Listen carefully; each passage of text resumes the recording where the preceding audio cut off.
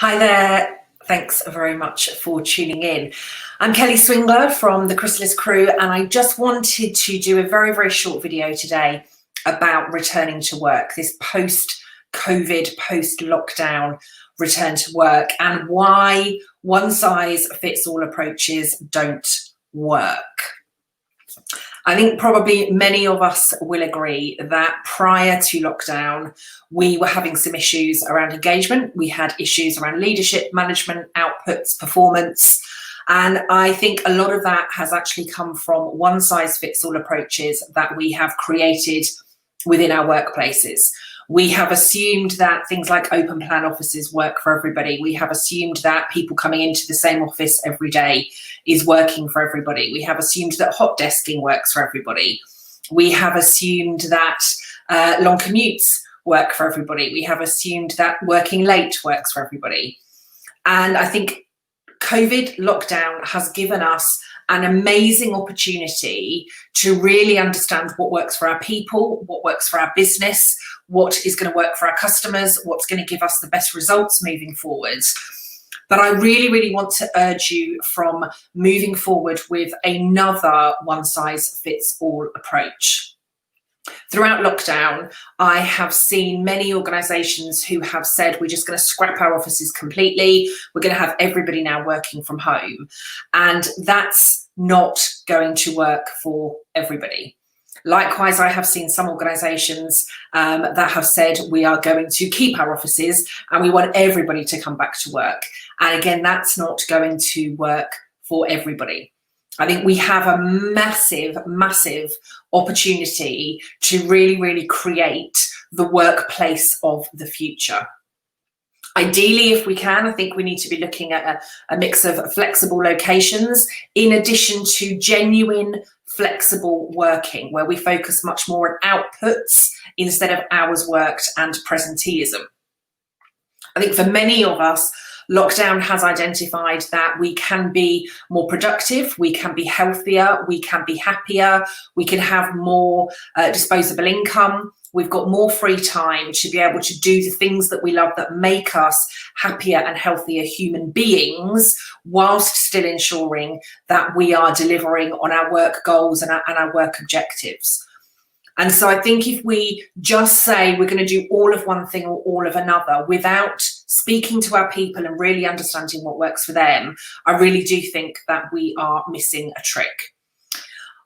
Chrysalis crew, I'm recording this from the office. We moved offices a few weeks ago, and I have been in on my own a few days here and there over the last few weeks to run some client workshops, to give myself some thinking time and to give my son some space, who's also been working from home since lockdown began, or even since before lockdown began. The crew usually work flexibly anyway. We have minimal amount of time in the office together, hence we do have a reasonably small office. We're not all in together. We don't come into the office every day. For me personally, I do a mix of coming into the office to see the team, working from home, and then I'm usually out and about working with clients. Now, the out and about has stopped. I'm doing much more now online rather than in person. But we have always worked remotely on a lot of client projects that we work on, working with clients the length and breadth of the UK and beyond. So a lot of our work tends to be kind of flexible anyway. My son is used to working in an office. He is an apprentice. He's working as an apprentice quantity surveyor. He is really missing being able to just ask somebody to help him with a task or to explain something to him a bit more quickly. He's missing the social interaction. He's missing the office as a working environment. He's missing that community and that team and that network around him, whereas I'm not. Now, maybe if I were 19, starting my career all over again, maybe I would be needing that, but I'm not. And I know for some of us, we want to be able to continue getting ourselves to the gym. We want to be able to continue getting out and walking our dogs, or looking after our kids, or taking our kids to school, or managing our caring responsibilities around our work. And I think we will really, really miss a trick if we just try and create the old normal that really wasn't working, and we just try and kind of refashion it or rebadge it as the new normal or the better normal, as you know, as some people are talking about, we're going to really miss a trick if we do not spend the time now speaking to our people and identifying what it is that they need. Some people are really, really missing the social interaction of an office. Some people aren't. Some people want a mix. Some people don't want to be back in an office at all, but they also don't want to be working from home. But they could be working from co-working hubs. They could be working from coffee shops or cafes. They could be working from different environments and having different conversations with peers, peers from different organisations around them. Throughout lockdown, we've seen lots of organisations saying that they're just going to close all of their offices and have everybody working from home full time. We have seen organisations that have said they want everybody back in the office as normal. But I think we've really got to reflect on the learning from lockdown.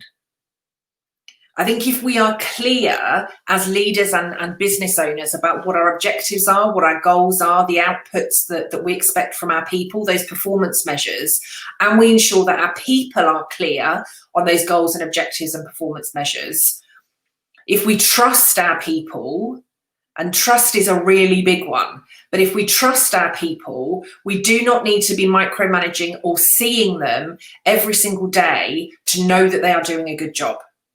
I have no issue if somebody wants to start work earlier in the morning, take their kids to school or go to the gym, or I don't know, go and do their shopping or get a bit of housework done or whatever it is that works for them, and then pick up again a bit later. I have no issue with people working later into the evening if they'd rather take a couple of hours off in the afternoon, because we're clear on outputs, we're clear on what it is that needs to be delivered.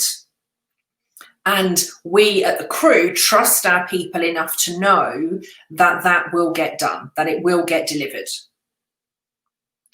There are, of course, times where we need to be with clients at set times on set days. There are, of course, times where if we're delivering workshops or consultancy, we've got meetings, board meetings, whatever it is that needs to happen, there will be set times and set days. But that should really be a kind of unspoken, actually, when the needs of the business determine that this is what we need to be doing, then actually this is where we need you. But for the rest of the time, flexible working can work. At the Crew, we have been working a 4-day week since January 2019, but within the rest of those 4 days, we work when we need to work. We do what it is that we need to do. And if that's later starts and later finishes, or earlier starts and earlier finishes, or a bit of a split day, then that works. As an introvert myself, open plan offices full of people have never worked for me.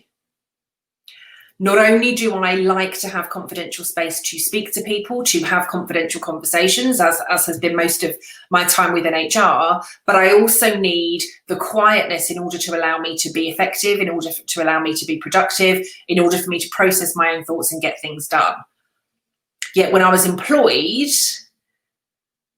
my organisations were all moving to open plan, to hot desking, and it just didn't work for me. It wasn't right for my energy levels. I managed it, I dealt with it, I worked within it, but it wasn't right for my energy levels. And I think we need to be exploring now what works for our people. Understanding energy levels, understanding extroversion and introversion, understanding who needs the social and who doesn't need the social, understanding who could be more productive at home, understanding who could be more productive at a coffee shop, understanding who may want a slightly more flexible day to allow them to achieve everything that we're expecting them to do, and meeting our customer expectations whilst living a happier, healthier, more balanced home life. We've seen over the last few weeks some backtracking. Barclays was one. A contact of mine, Paul Holbrook, posted a video about this actually earlier in the week, called them out on the fact that the CEO had a few weeks ago, we're going to close our London offices. We don't need everybody working in, these huge tombs. We don't need everybody coming into the office. And then, last week was speaking about the fact that he can't wait to have all of the employees back in the building and back working together.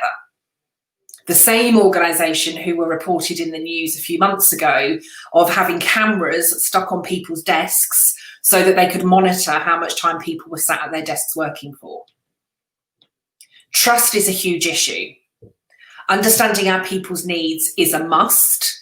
And if we want to thrive as employers, as leaders, as organisations, as people, we absolutely have to be putting our people first. So my plea, my urging you to not assume that a one-size-fits-all approach is going to work. It wasn't working before lockdown. It's not going to work after lockdown. Our people have had very different experiences during lockdown, and we need to be taking that into account. Myself and Sam Weasley spoke about this in our Returning to Work webinar that we ran quite a few months ago now. But we need you, your people need you, the world of work needs you to not assume that a one-size-fits-all approach works. Some people will absolutely flourish at home. Some people would like the routine and the security of being able to go into an office. Some people will want to do things on different days. But all I'm seeing at the moment is either, oh, my lights have gone out. All I'm seeing at the moment is the difference between, we're talking about work and, office working and home working. And we shouldn't assume that they are the only two options, because they're not. Flexible working could be amazing. Full day working could be amazing. Remote working from anywhere could be amazing. So please, please don't waste this opportunity. Don't waste this opportunity to allow your people to thrive. Don't waste this opportunity to allow your organisation to thrive. Do not assume that a one-size-fits-all approach will fit all, because I can guarantee you that it won't. Never has done, and it never will do. Now is the time to really, really invest in what is right for all of your people and their personal circumstances to really, really change the world of work and create the workplace of the future. If you would like to learn a little bit more about what we've done at the Crew around flexible working, implementing full-day working, what we've been doing around the return to work, or even, not that I'll be giving you any names, but I'm more than happy to also share some stories around some of our clients and what they have done to implement more flexible working approaches, where they have focused more on outputs instead of presenteeism, where some of them are moving to full-day working, or where they're moving to much more of a remote atmosphere. And I've also, throughout my career, implemented much more kind of flexible and agile working approaches. So we're more than happy to share experiences and talk to you. If you want, we'd also be very happy to work with you if you want to understand, kind of how to implement these things. But in the first instance, we would be absolutely more than happy to have a conversation. So if you want to reach out to me directly, you can get me, probably the best place will be on LinkedIn. So Kelly Swingler, you'll find me on LinkedIn. You can visit the website, thechrysaliscrew.com, or drop us an email. hello@thechrysaliscrew.com. I think you'll probably find us on most social channels. We're a chatty bunch, so we do love conversing, we do love listening, we do love sharing stories and experiences. So do reach out if you'd like to talk about any of that. But for now, please think of ways to move away from a one-size-fits-all approach. And I look forward to seeing you next time that I do a video. And if any of you do want to reach out, then I look forward to speaking with you all soon. But for now, I shall say bye-bye, and see you next time. Take care. Bye-bye.